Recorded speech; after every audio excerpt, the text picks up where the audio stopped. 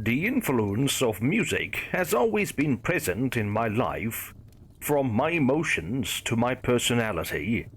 I enjoy music of all kinds, but I'm most fond of electronic music and its experimental subgenres.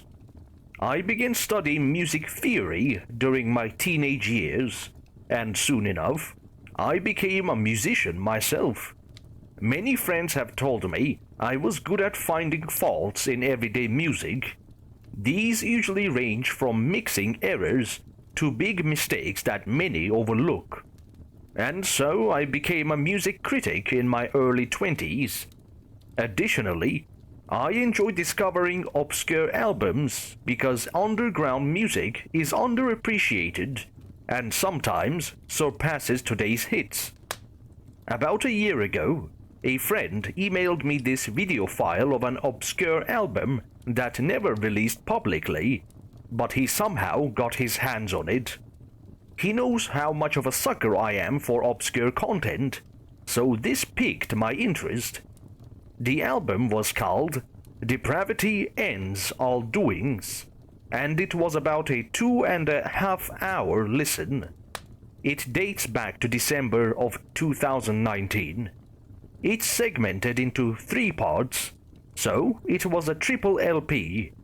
I don't usually listen to multiple LPs in one sitting, but I had a lot of time on my hands back then, so I tried it out.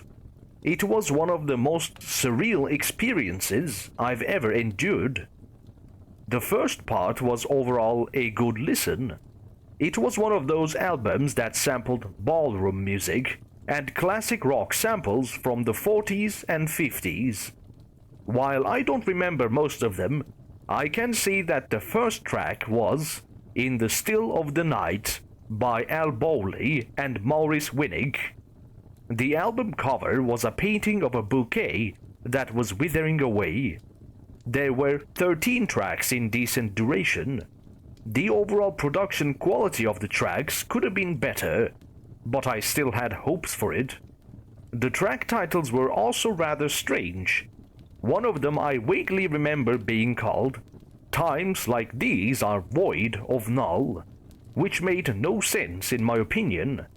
The rest of part 1 continued like this, and was an okay listen. I had low expectations for the next part, but that quickly changed when it began.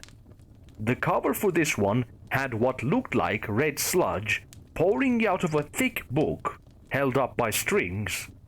The artwork was a monochromatic red, which fit the album's atmosphere nicely.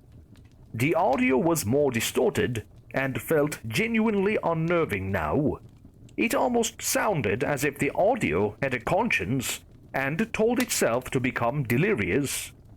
The quality was much higher in this part, likely to surprise the viewer after the first part. The 6 tracks were quite long, but transitioned nicely into each other.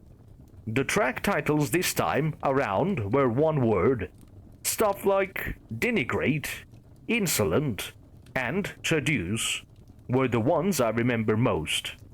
Unlike the previous part, part 2 was a good listen. I had high hopes for the last part, but was a little nervous about what it would sound like, since the tracks progressively deteriorated. Part 3's transition was nothing smooth. The first thing I saw was the cover containing extremely grotesque content, but with each new track, the artwork, if I can even call it that, would change to something as gruesome as before. It depicted what's best described as content from the dark web. The audio sounded recordings of homicide and even CP. Well, that's what I considered. I told myself not to believe that, but the album cover further solidified that idea. I couldn't think of anything but people being tortured in every way possible when listening. It was all blended, making it impossible to understand what I heard. The track titles were nothing but spammed letters in all caps. The first part was likely of such quality that the listener did not listen to what the last part had to offer. Even though I felt sick seeing and hearing this, I kept watching the video. I had to sit through another hour of this, which felt devastating. Most of the time, it sounded like loud, drony noise or something similar. I wanted to click off, but something compelled me to continue forth. It was super captivating, in the worst way possible.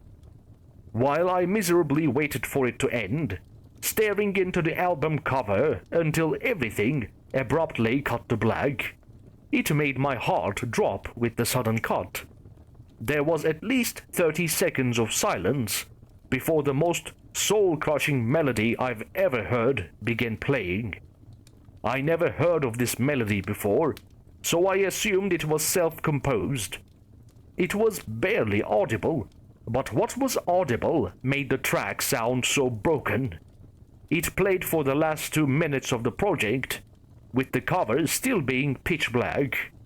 I anticipated a jump scare, but there was none of that.